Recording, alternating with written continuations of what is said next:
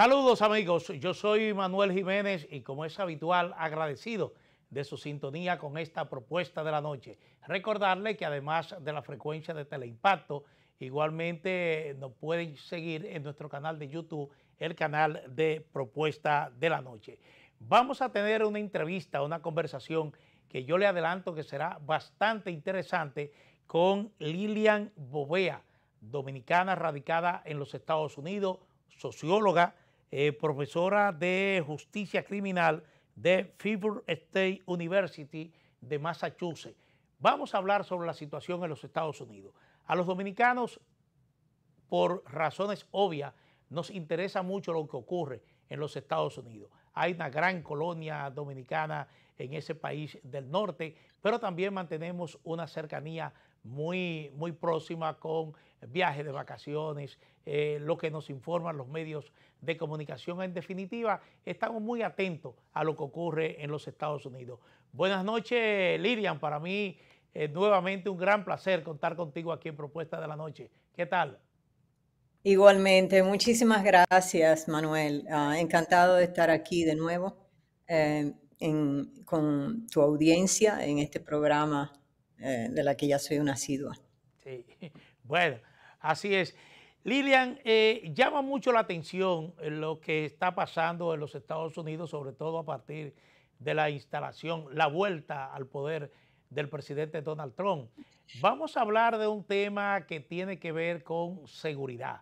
Estamos viendo, por ejemplo, que ciudades en los Estados Unidos, en Los Ángeles, Washington, Chicago y otras zonas, están siendo realmente advertidas de que la Guardia Nacional, no la policía de cada uno de estos estados, sino que la Guardia Nacional será dispuesta para imponer el orden en esas ciudades, el orden entendido como lo entiende la administración de Donald Trump.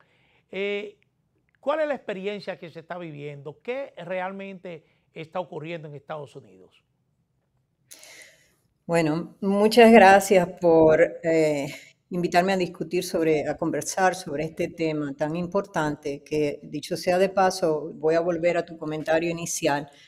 Es muy relevante para nuestro país y para los países de la región. Después vamos un poco a desarrollar esa idea. Fíjate, lo que tú mencionas de el despliegue militar de la Guardia Nacional, pero no solamente de la Guardia Nacional, sino lo que es mucho más gravoso, en algunos casos también de la Armada, perdón, de la Naval, en ciudades básicamente demócratas. O sea, los despliegues que se están haciendo han sido en ciudades demócratas, lo que abre de plano, de entrada, por la cuestión de que se trata de un movimiento político. O sea, es una acción política de intimidación a los estados demócratas. Lo segundo es que no tiene ninguna justificación porque a pesar de que Trump ha dicho que la razón por la que hace ese despliegue es precisamente para establecer el orden que supuestamente los gobernadores de esos estados no pueden garantizar, es también absurdo como argumento porque, como escribí en algún momento, esas ciudades que están siendo ocupadas por la Guardia Nacional tienen los niveles más bajos de criminalidad en los últimos, digamos, 3 décadas. O sea, ha habido un descenso de la criminalidad en este país desde los mediados de los 90 y con excepciones por un lado, en ciudades muy complejas como Detroit, etcétera, donde ha habido siempre un nivel de criminalidad alta, pero también, con excepciones, debo decir, de los homicidios por muertes, y homicidios por uso de armas, que se da esencialmente en estados republicanos, no demócratas. Los estados demócratas, paradójicamente, los estados demócratas como Massachusetts, Connecticut, Nueva York, tienen las tasas más bajas de crímenes, de homicidios por armas. En cambio, tú ves en Texas, en Montana, en lo que suelen ser estados republicanos, los niveles de homicidios por armas son altísimos. Entonces, la cuestión de que se esté enviando Guardia Nacional supuestamente a controlar, a poner orden, es una falacia total. Eso por un lado. Es muy preocupante lo que está pasando, en primer lugar, porque existe la Posse Comitatus, la ley que ya está sumamente reafirmada y establecida, que prohíbe precisamente el uso de los militares en cuestiones domésticas, en asuntos domésticos, ha sido también violada en este caso. Entonces, ese despliegue no tiene ningún asidero constitucional, excepto por el hecho de que lo está promoviendo el presidente. Y como hemos visto, y es algo que podemos discutir también acá, lo que estamos viendo ahora o lo que estamos viviendo aquí en Estados Unidos es que gran parte digamos, del ideal democrático de separación de poderes, donde el Ejecutivo está siendo contrabalanceado por el Congreso y por el sector de la justicia, está en una situación de crisis. Y ese es el momento que está aprovechando el presidente Trump. Sí, pero Lidia, hay que recordar que todo esto empieza dentro de la batida migratoria que inició la administración Trump, porque se mandaron militares, sobre todo el caso de California, militares a participar en esta batida cuando igualmente, como tú señalas, la ley le prohíbe intervenir en este tipo de redadas migratorias. No, son dos cosas diferentes, porque a lo que tú te refieres de digamos, las redadas masivas que se están haciendo para inmigrantes son responsabilidad, digamos, la entidad se ha usado para esto es ICE, es digamos, lo que es la migración, ¿no? Sí. Las fuerzas que tienen. Eso tiene una connotación diferente. Hay mucho que hablar sobre eso, porque también ahí se han violado derechos, digamos, constitucionales, derechos civiles y demás derechos humanitarios en ese despliegue militarizado digamos, el control migratorio. Pero la cuestión ahí es que bajo la dirección de migración, de control migratorio, pues ellos despliegan los recursos que tienen a mano para eso y ese es un aspecto del asunto. El otro aspecto es el despliegue del otro, digamos, lo contrastante a lo que yo me estaba refiriendo antes, es el despliegue de la Guardia Nacional en esas ciudades bajo el alegato de que están tratando de controlar protestas o levantamientos o desorden que supuestamente los gobernadores en esos estados no pueden manejar. Entonces, son dos cosas diferentes, están relacionadas, pero son diferentes, como entidades y como, digamos, todo el marco legal en el cual se inserta son diferentes. Sí, bueno, yo decía al principio que a nosotros los dominicanos nos interesa mucho lo que ocurre en Estados Unidos. Y una de esas cosas que nos interesa y nos llama la atención precisamente es esos operativos de migración que se están realizando. Entonces, se está hablando de que hay en ciudades donde prácticamente el inmigrante no sale a la calle, tiene temor de que se le vaya a detener. ¿Cuál es la realidad que tú percibes realmente de esta situación? Es un terror generalizado y está teniendo impactos serios en este país y va a tener mucho impacto en nuestros países. Y esto es un llamado de alerta que yo hago digamos, no solamente a la clase política en República Dominicana, sino también al ciudadano común, a nuestros compatriotas. que además están viviendo o van a estar experimentando una doble situación, la situación también que se vive en República Dominicana respecto a la migración, sobre todo la migración haitiana, pero básicamente lo que quiero destacar es, en el plano nacional aquí ha habido prácticamente digamos, la instauración de una situación de terror, de intimidación total. Ya sabes que ha habido redadas en fábricas, ha habido redadas en supermercados, ha habido redadas las áreas circundantes a las escuelas. Ha habido recolección masiva como nunca antes se había visto en este país, sin respetar ningún tipo de procedimiento legal, que es lo que precisamente algunos de los jueces federales que han bloqueado precisamente esa política, han llamado la atención sobre el hecho de que se están deportando personas sin ni siquiera pasar por un proceso que les corresponde de juicio, ¿no? Digamos, de procesar cuál es su situación, etcétera. Y eso ha hecho que muchas personas, incluso que han sido deportadas, han tenido que estos jueces han tenido que pelear su retorno porque tenían una situación, un estatus de protección acá. Entonces hay una violación a ese nivel tremenda. O sea, hay casos por ejemplo, de venezolanos que ustedes mencionaron en el programa anterior. Ha habido una situación con poblaciones que están protegidas bajo digamos, normativas y reglamentaciones específicas de protección temporal que han sido totalmente violadas su condición.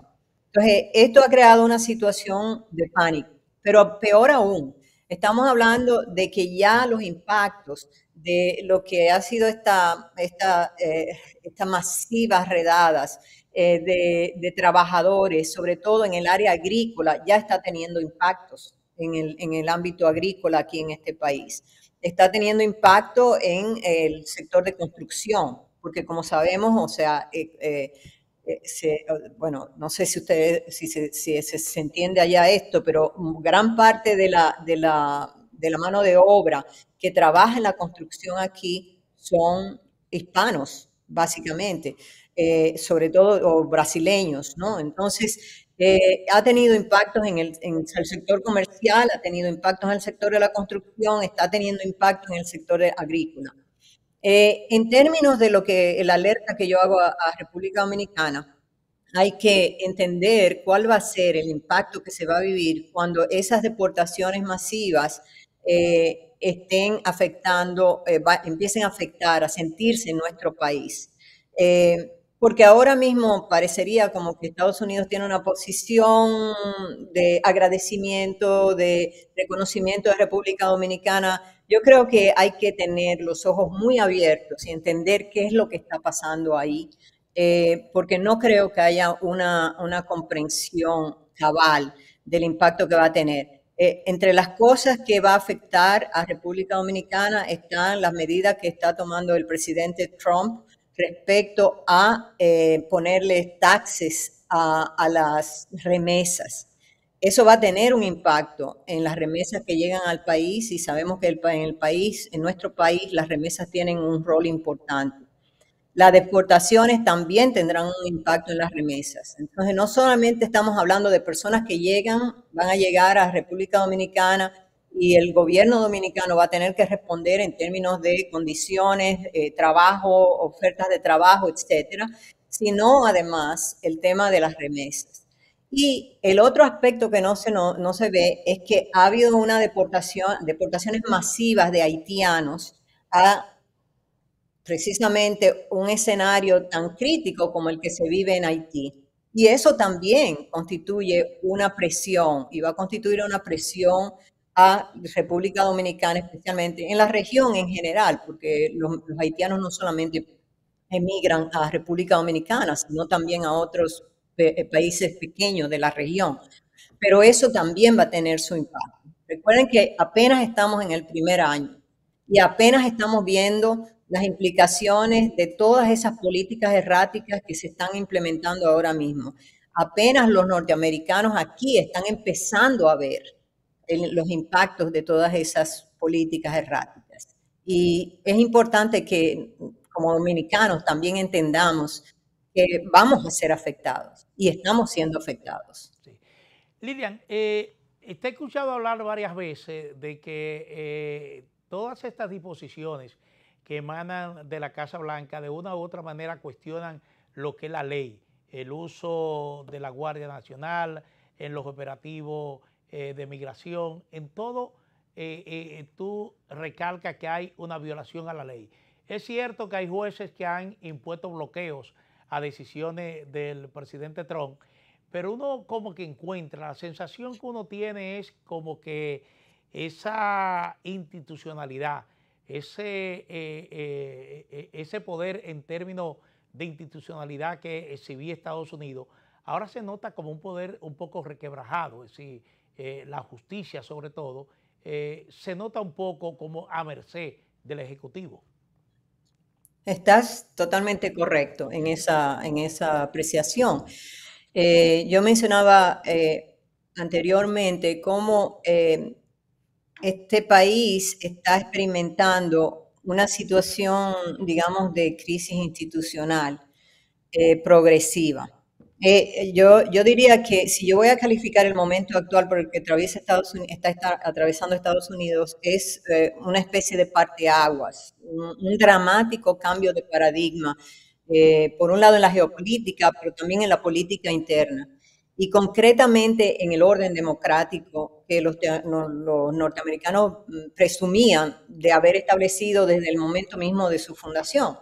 Un orden republicano, liberal, que descansa en fundamentalmente la separación de poderes, en el imperio de la ley, en las libertades públicas fundamentales, como es el derecho a expresarse libremente, el derecho a disentir, el acceso no discriminado a la justicia, etc. Todo ese andamiaje se va desarticulando a la velocidad de la luz.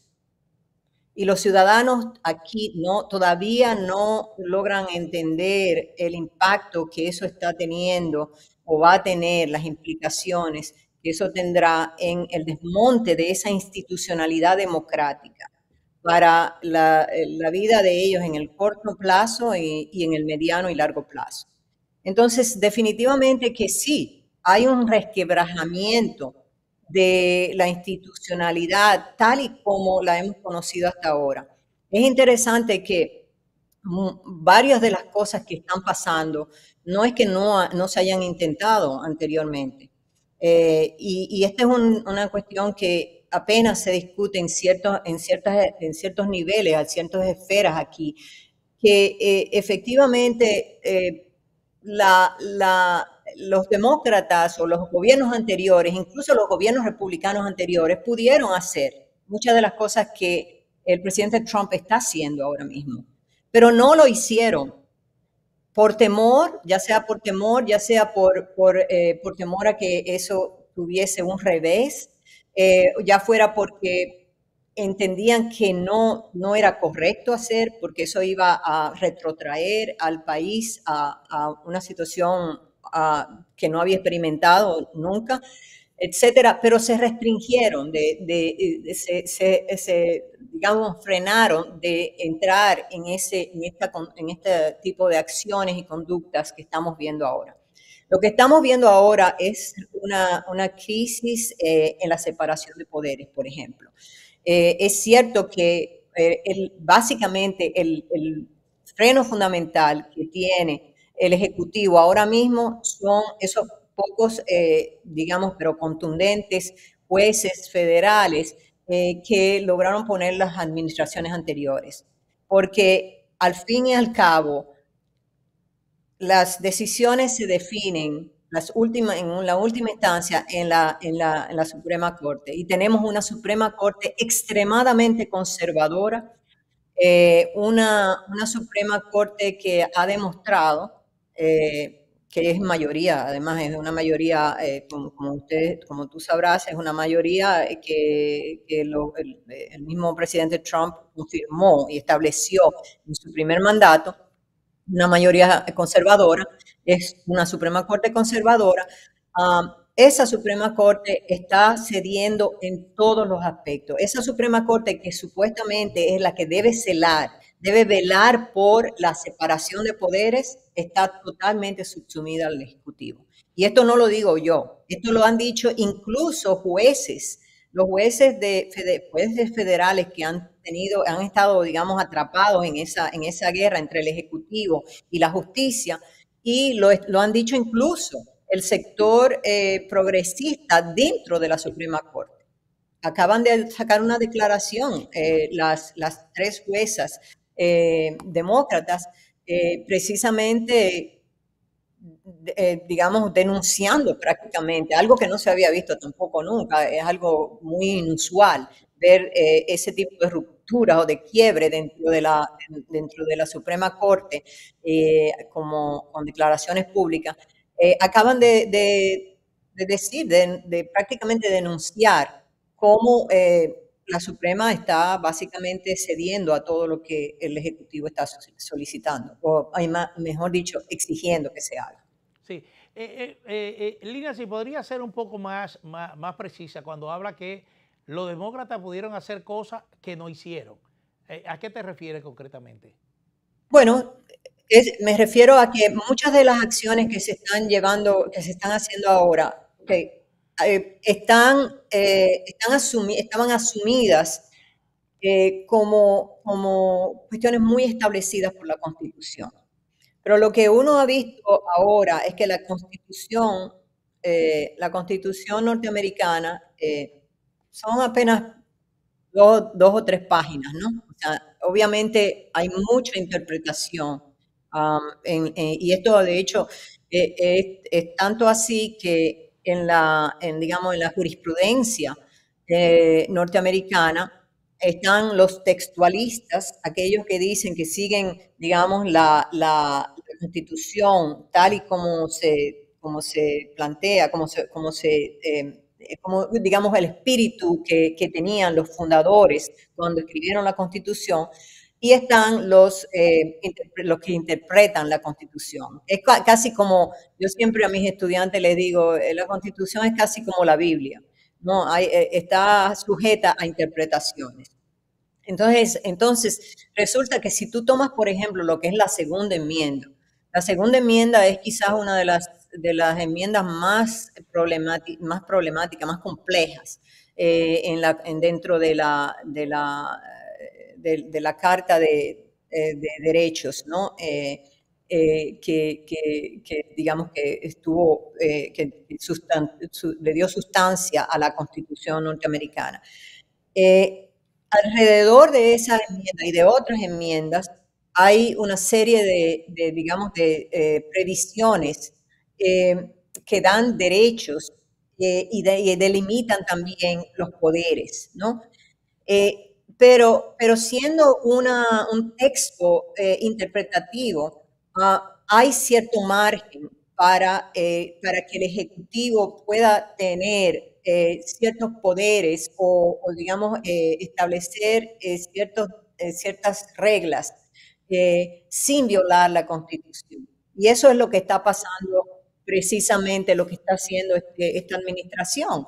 Esta administración básicamente está desmontando la institucionalidad sin necesariamente hacer cosas que se podrían considerar ilegales o inconstitucionales per se. La verdad es que hay todo lo que se llama aquí el common law, que es digamos, la ley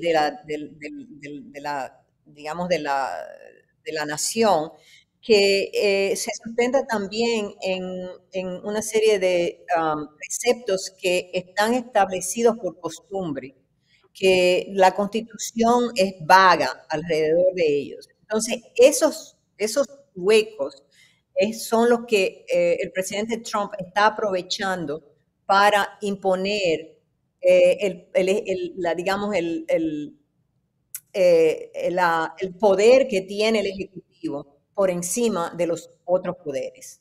¿Me explico? Entonces, cuando yo digo que otros gobiernos demócratas pudieron haber hecho cosas que está haciendo este gobierno, ¿no? Cuestiones que se discuten si son constitucionales o no son constitucionales, pudieron haberla hecho, pero no lo hicieron porque entendieron que entrando en esa línea desmontaban, digamos, todo el ideal democrático y republicano sobre el cual se fundó este país, esta nación. Sí. Bueno, Lidian, vamos a una pausa, vamos a retornar en breve con otros temas realmente en el marco de esta agenda que nos hemos trazado.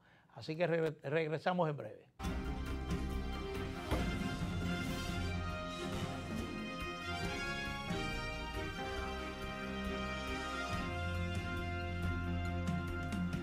Lapropuestadigital.com, un medio digital alternativo de contenido amplio, variado y de calidad, de actualización permanente, una interesante oferta de información nacional e internacional, análisis, reportajes, artículos de opinión, videos y otros contenidos de actualidad. Toda la información y el análisis están aquí. Lapropuestadigital.com.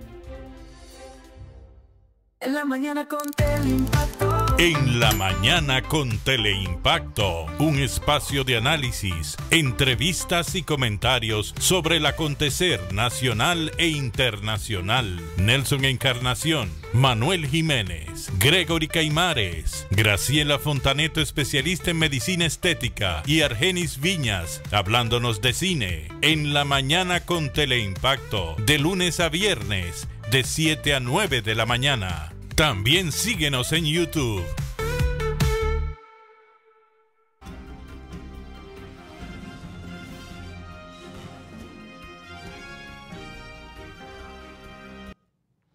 Bueno, estamos con Lilian Bovea, catedrática universitaria dominicana radicada en los Estados Unidos, profesora de justicia criminal de Fitchburg State University en Massachusetts.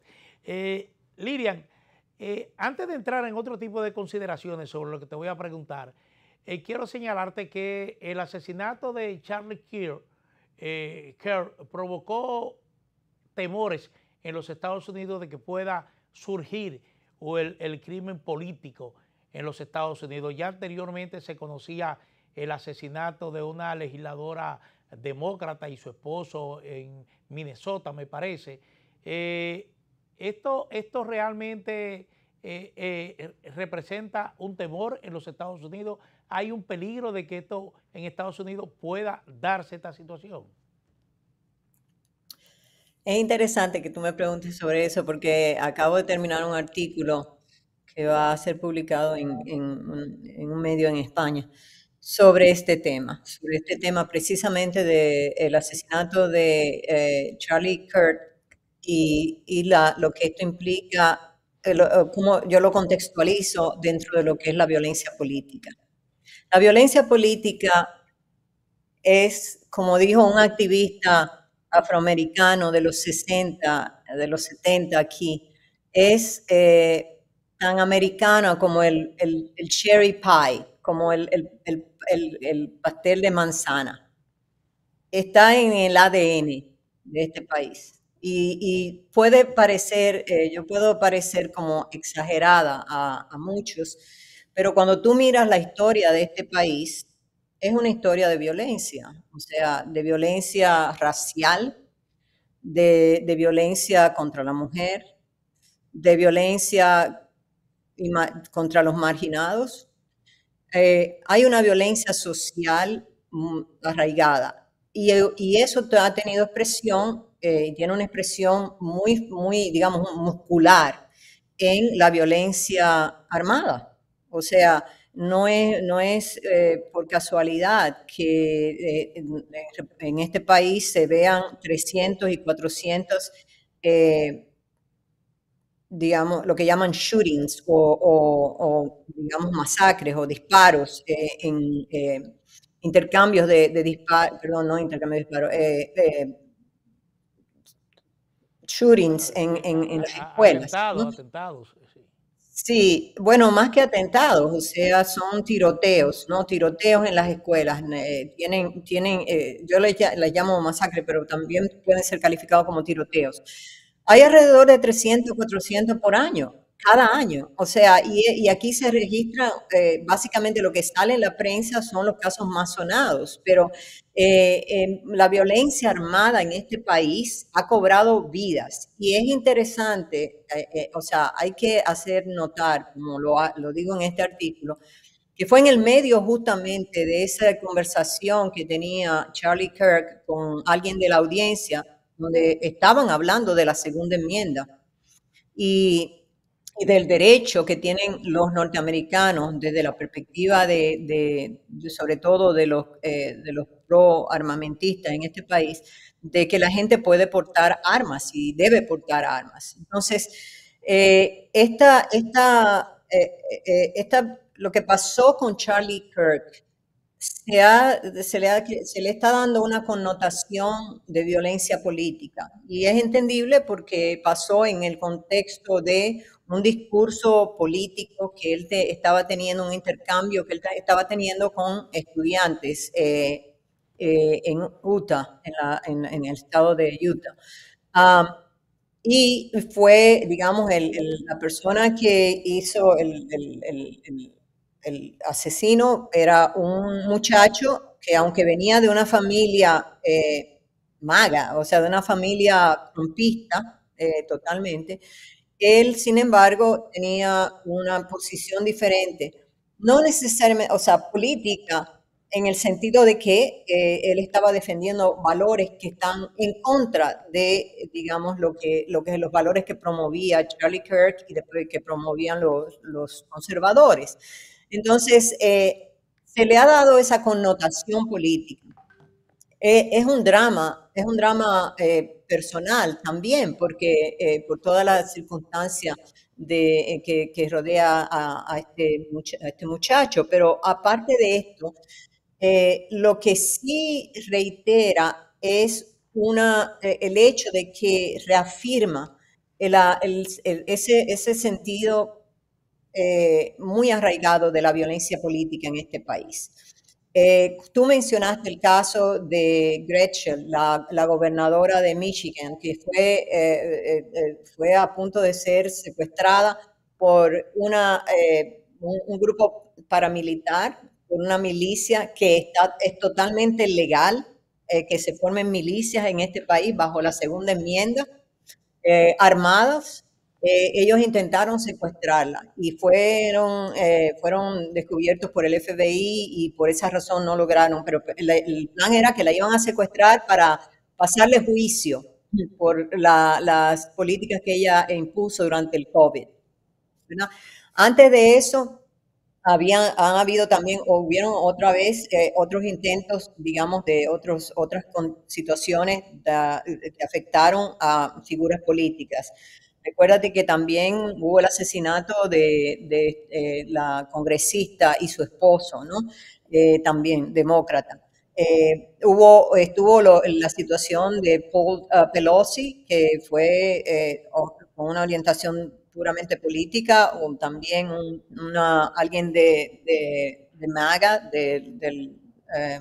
digamos, un seguidor del trumpismo, entró a la casa de la vocera de la Cámara Baja, encontró al esposo de 84 años y casi lo mata. O sea, lo tuvieron que llevar los de emergencia, sobrevivió por pura chepa, ¿no? Y después está la situación de Shapiro, el gobernador en Filadelfia, en Pensilvania, que fue sujeto, él y su familia, de un ataque de incendiar su vivienda. Entonces, también eso tiene motivación política. Pero estamos viviendo esa época, ¿no? Digamos, de doble estándar en este país, donde no se ve, o sea, se ha hecho mucho énfasis en esta situación de Charlie Kirk, pero no se ve lo que también está siendo promovido por la derecha de este país y sobre todo la derecha armada en este país contra movimientos progresistas, la intolerancia que hay ante los grupos de personas que expresan su sentir y digamos, su oposición a las políticas que están imponiéndose en este país. ¿Hasta qué manera, Línea, pueden influir eso, el discurso que viene de arriba, el estímulo a la confrontación? Por ejemplo, yo leía a una persona que señalaba el hecho de que los asaltantes al Capitolio fueron indultados y él señalaba eso como un aliciente para que de alguna manera haya gente en los Estados Unidos que se sienta protegido o al margen de la ley. Absolutamente. O sea, vuelvo al punto de cómo hay mucha distorsión acerca de lo que está pasando en este momento y es una distorsión que está motivada por intereses políticos. Yo en este artículo que acabo de escribir precisamente destaco cómo paradójicamente hasta el momento en que el presidente Trump asumió el poder la primera vez, en este país se respetaban ciertas formas, digamos, incluso de comunicación pública, del discurso político público, era muy comedido.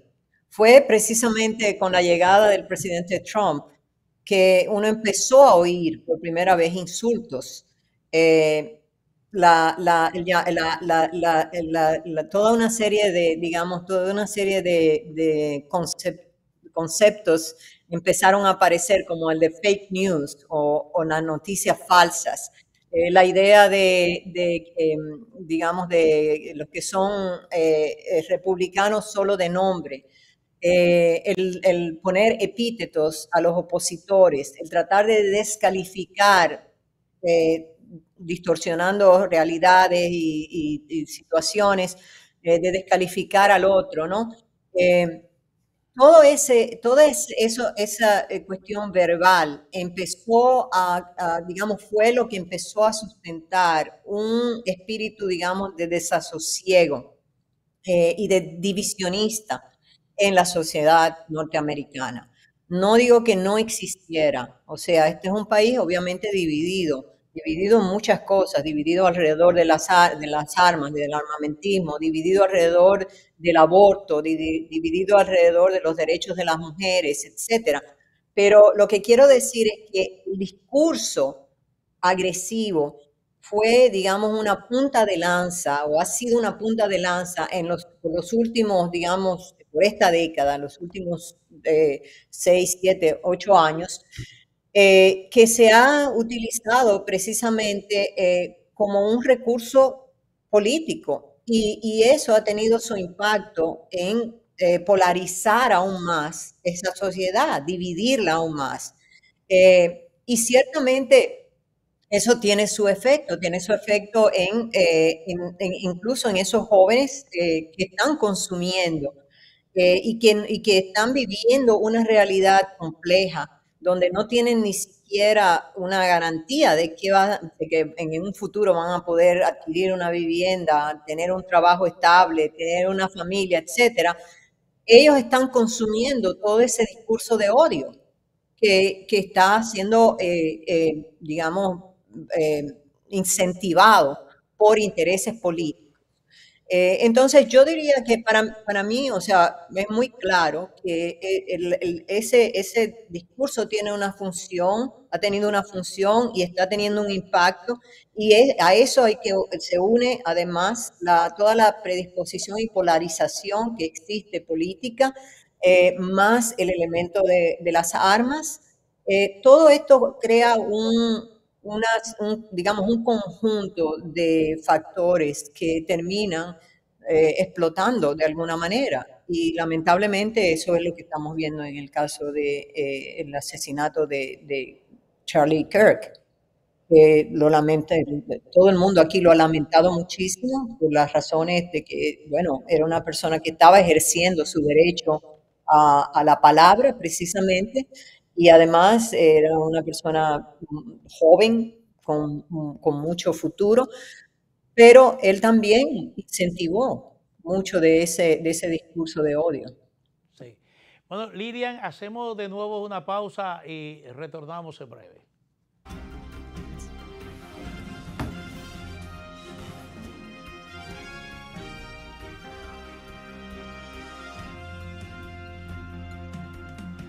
Lapropuestadigital.com, un medio digital alternativo de contenido amplio, variado y de calidad, de actualización permanente, una interesante oferta de información nacional e internacional, análisis, reportajes, artículos de opinión, videos y otros contenidos de actualidad. Toda la información y el análisis están aquí. Lapropuestadigital.com. En la mañana con Teleimpacto. En la mañana con Teleimpacto, un espacio de análisis, entrevistas y comentarios sobre el acontecer nacional e internacional. Nelson Encarnación, Manuel Jiménez, Gregory Caimares, Graciela Fontaneto, especialista en medicina estética, y Argenis Viñas, hablándonos de cine. En la mañana con Teleimpacto, de lunes a viernes, de 7 a 9 de la mañana. También síguenos en YouTube.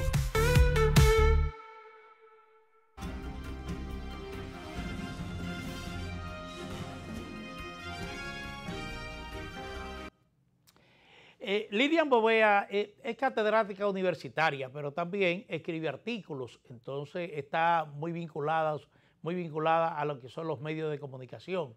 El asesinato de Kerr ha traído otras consecuencias, porque tú conoces lo que sucedió con este cómico Kilmer, a quien sencillamente se le suspende su programa en ABC.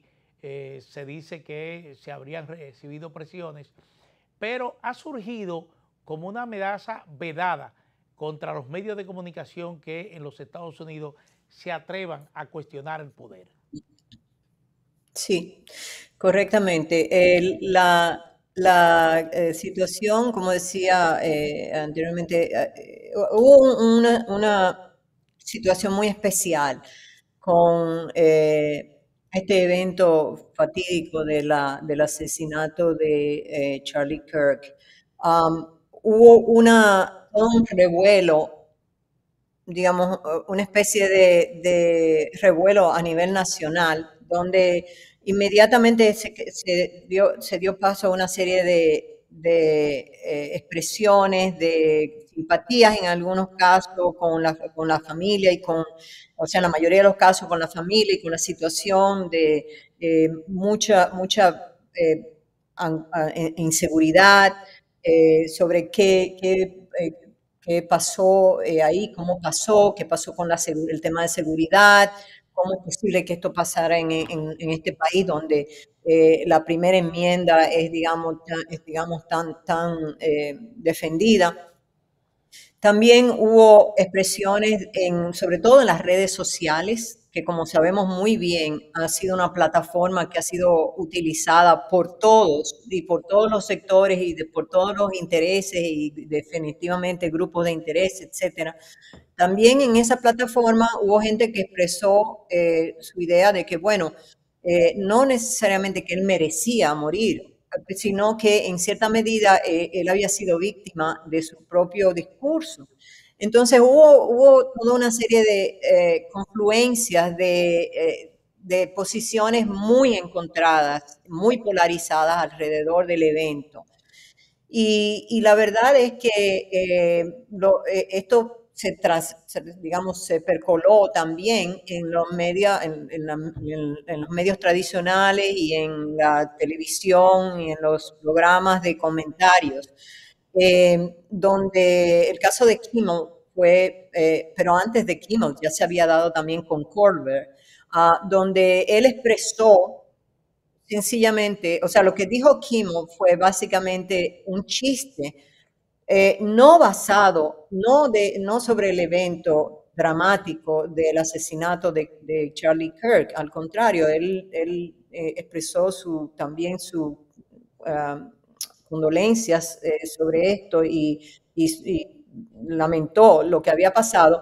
Más bien, el comentario fue sobre la reacción del presidente Trump cuando lo entrevistaron en la Casa Blanca saliendo para Nueva York, donde le preguntaron qué pensaba y él inmediatamente, o sea, expresó su opinión, pero cambió inmediatamente para hablar de los arreglos que estaba haciendo en la Casa Blanca.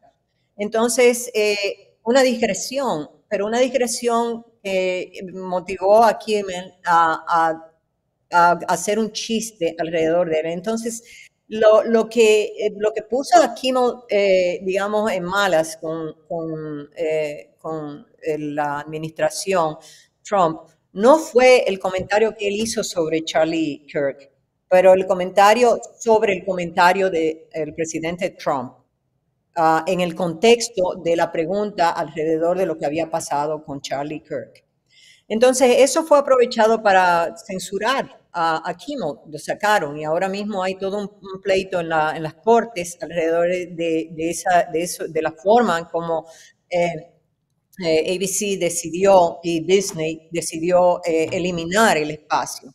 Ya había habido una situación similar con Colbert, con el programa de Colbert, que también fue censurado. Entonces, la cuestión aquí es, hubo como una especie de terror alrededor de opinar. Yo creo que muchos sectores se sintieron en la obligación de expresar su opinión que de otra manera pudieron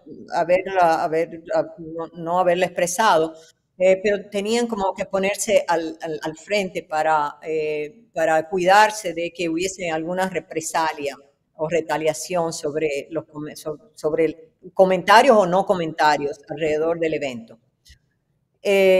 Básicamente se ha desatado una caza de brujas y inmediatamente, aún sin saber todavía, sin tener información, aún sin tener todavía al sospechoso, porque recuerda que el FBI no fue muy diligente en identificar quién había, o sea,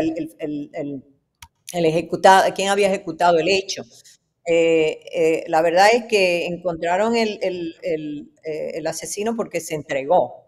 Entonces, antes de que tuvieran idea de quién había sido, ya el presidente Trump estaba acusando a el sector de la extrema izquierda de haber sido el responsable del asesinato de Charlie Kirk. Entonces, obviamente hay todo un intento de sofocar, de censurar, no solamente los medios de comunicación tradicionales, sino también las plataformas, los programas de opinión, de la misma manera que han estado tratando de sofocar la opinión en las academias. O sea, ahora mismo no hay una institución que de hecho se ha basado fundamentalmente en la primera enmienda, el derecho a disentir, el derecho a expresar la opinión, el derecho a tener religiones diferentes, etcétera. Esa primera enmienda ha sido atacada, está siendo atacada furtivamente, como por todos los medios, y están aprovechando cualquier circunstancia. ¿Se percibe la autocensura? ¿Perdón? Digo que si se perciben los medios. Totalmente, sí, absolutamente. Hay una autocensura, digamos, que los medios han asumido, y están los que deciden hablar porque sencillamente entienden que callarse no es una opción, que callarse básicamente es responder a ese intento de sofocar el disenso, de sofocar la opinión contraria, que mucha gente habla que es muy característica de los gobiernos autoritarios. Nosotros vivimos una dictadura, vivimos un gobierno autoritario. Sabemos cómo se expresa eso en la censura a los medios y cómo hay una racionalidad de protección donde los medios y las personas deciden autocensurarse.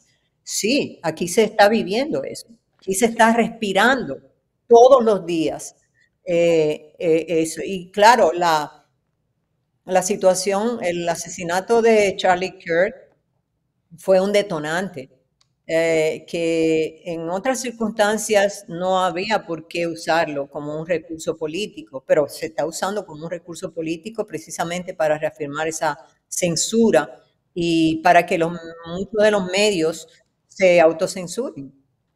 Yo quisiera, Lina, a partir de esto que tú dices, un artículo que publica, que te pregunta, ¿ha declarado Estados Unidos la guerra contra sí mismo? Es decir, que me haga unas reflexiones realmente por qué tú llegas a esa conclusión.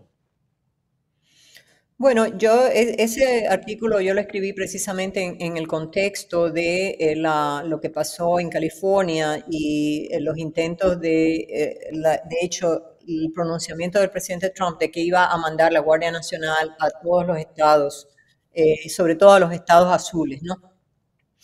Y yo me refería precisamente a la Posse Comitatus, que ya mencioné anteriormente, que es, digamos, la ley que ha determinado, digamos, por décadas, que en este país hay una separación entre lo que es la policía y las funciones de la policía, por un lado, y los militares. Ha sido una tradición, no solamente digamos, por leyes como la Posse Comitatus y otras leyes, como es la Insurrection Act, que también define cuándo es que el Ejecutivo puede utilizar o debe utilizar la Guardia Nacional, bajo qué condiciones restrictivas se usa. Sino que la idea es que toda la cuestión de que hay una profesionalización tanto de la policía por un lado como de los militares. Entonces, esa separación que lamentablemente nosotros no la vemos tan clara en nuestros países de América Latina, aquí en Estados Unidos era como algo sacro, ¿no? Que los militares no intervenían en cuestiones políticas, en cuestiones digamos, de domésticas, excepto los pocos casos en que algunos presidentes en el pasado sí utilizaron o intentaron utilizar a la Guardia Nacional para sofocar protestas, etcétera. Pero eso mismo también fue repudiado, ha sido repudiado en la historia. Entonces, lo que estamos viendo ahora es un despliegue, el uso de lo militar, la militarización digamos, del control público, de la función policial.